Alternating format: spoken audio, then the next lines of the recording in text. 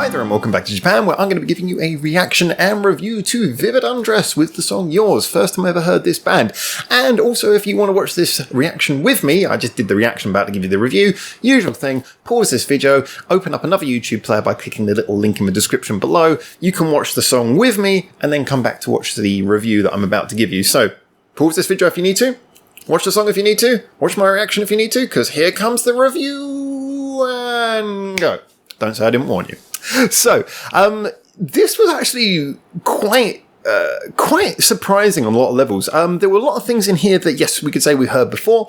It really worked in sounding individual, though, in quite a surprising way. So, on the surface, obviously, what we're looking at is a female vocal-led sort of borderline pop rock. I think we could say rock, though. Sort of soft rock, I think maybe would be the right terminology. Soft rock song. Yeah, okay, we could say that's all fairly normal. It's got some strummed medium distortion guitars. It's got a fairly solid beat underneath it. You know, there's a lot of things about this that, yes, you could say the core elements we've heard before.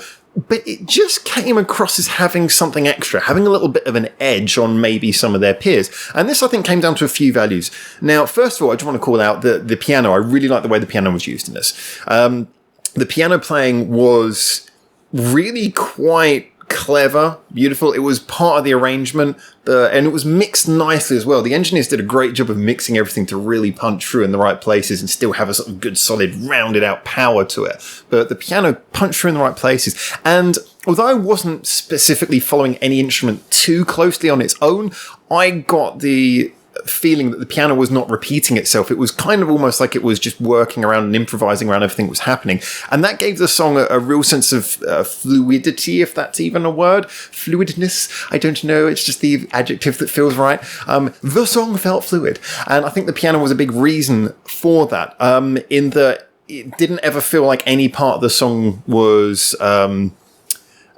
just, you know, strummed along the same chords because of the fact that piano felt like it was picking different things out of that. I think I've kind of made that point twice now. But that was combined with, like I say, the fact that the core of the song, the guitar and the bass, were at least for the chorus part, very simple, energetic, powerful, but mixed in a way that they were not either overbearing or too much sidelined. It was a song and for the artists in general, they sound like it got a real good contrast within them. The drummer did a fantastic job, I thought, as well, of, you know, keeping it relatively simple, but you know, there was some good changes up. I like how on the pre-chorus, the sort of snare drum dropped out at one point, and you got like a bit of a sort of kick, you know, building up feel to it. There were lots of little changes and things that were happening in this, but not too much. I think this is a quality that we've said a lot about a lot of Japanese artists. Or sometimes it's usually just say it in individual songs, but these guys, certainly, if they can pull this off on a regular basis, and I will be looking to listen to more of them after this, then I think that's a real quality, is that ability to, you know, when a certain instrument needs to move forwards, when a certain thing needs to be accented, you've got the skill there, but you're not just showing off, you know, you're actually making a well-crafted, well-arranged song. So yeah, I think that's the main thing I take away from these guys, is the fact that it just felt like there was a lot of craft to this, you know. It was supposed to be a sort of powerful, rocking, energetic song where it needed to be, but it felt like it also had nuance and detail to it. A big credit as well, like I say, for the way that they wrapped things up at the end. There was quite a significant lengthy ending to this song. You went through the final chorus, and then there was that bit where they changed the underlying chord pattern and went for a slightly, you know, everything dropped down and became a little bit more dramatic. This was supported by the video as well, which did a nice job. I think they complemented each other quite well in that way.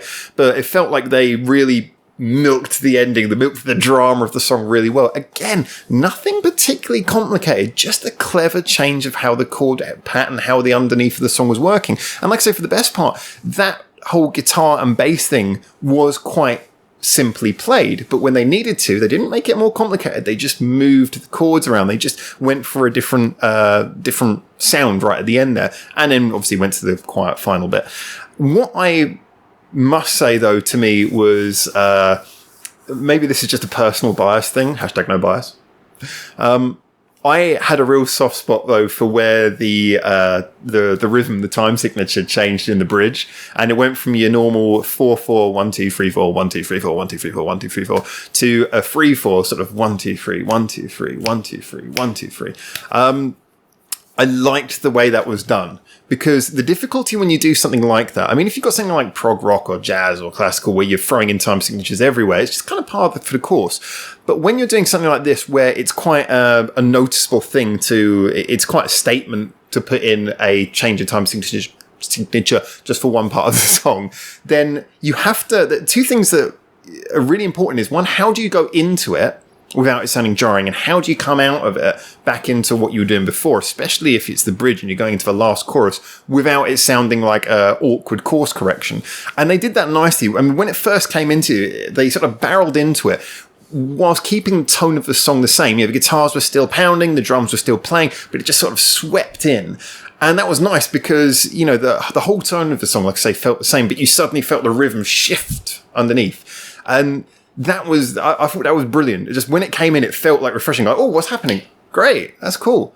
And then obviously when they came out of that, they did the 99% of the songs that we have ever heard on this channel in any genre. It's the number one favorite technique of Japanese songwriters.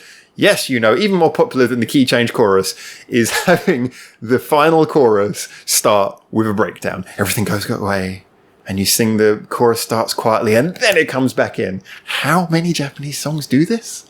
I think that has got to be more than the key change chorus. I think that is, and I know it comes up in other cultures, but I think that's the ultimate Japanese stereotype. However, it does always work. So can't really blame them for doing it.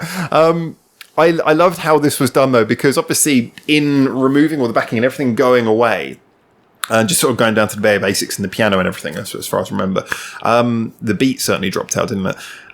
The thing that really worked about that was that you kind of, you knew and you could hear that the time signature had shifted back, but there was nothing jarring about it because there wasn't too much to change. You know, it's like, and you knew when it broke down, you knew we're breaking down to go into the last chorus. You don't have to be someone who listens to loads of bands for a channel, or you don't have to be someone who's worked with music for your entire adult life to work that one out. We all knew what was happening there. So it was nicely managed. And that, I think, to me, that bridge and the way that they handled that bridge, such a simple thing handled in a simple way, but the sort of thing that would be very easy to get wrong. The way that they did that kind of, for me, was like a microcosm of the entire quality of what made the song work, which was, you know, getting the simple things right by using the details, you know, using the little details to get something otherwise quite simple right, and keep the song interesting where otherwise it could have been phoned in, you know. Or it could have been excessively showy. You know, you get some bands who they just all start twiddling and you're like, I think you've maybe lost sight of the arrangement a little bit here, guys. So, yeah, to me, I just found this a real pleasure to listen to. I'm certainly going to listen to this a few more times. I get the feeling this is one where probably upon re-listens, and I certainly want to listen to the piano a little bit more again, just to get a bit more of a feel for what's going on there and exactly what he's playing. But I think this is one where it certainly felt like the work of a group who have a lot of potential. I've been given a lot of links for Vivid Undress to listen to, so I will be checking out a lot more of them.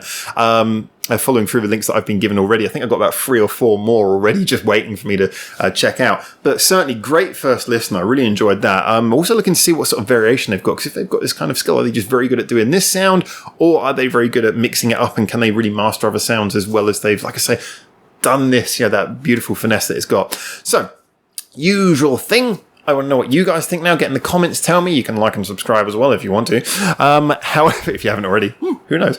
But yeah, get in there. Tell me whether you know the song before this or know the artist before this or not. Whether you liked it or disliked it. Get in there. It's all about the conversation. It's all about having a good chat about it. And obviously, if you want to follow more conversation with like the huge range of music fans we got on this channel, then do feel free to follow our other social medias linked in the description below, as well as our, you know, like our Discord, our Reddit, Facebook, Twitter, all that kind of stuff. Big thank you to our Patreons. Also, you guys, as I always say, and I'm going to keep on saying it because it's true, you keep this channel alive, you keep those lights on, you keep those posters there, you keep this microphone working, you keep the camera working. It's all thanks to you guys.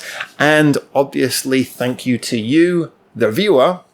Whoever you are right now watching me, thank you for making it through to the end of this video.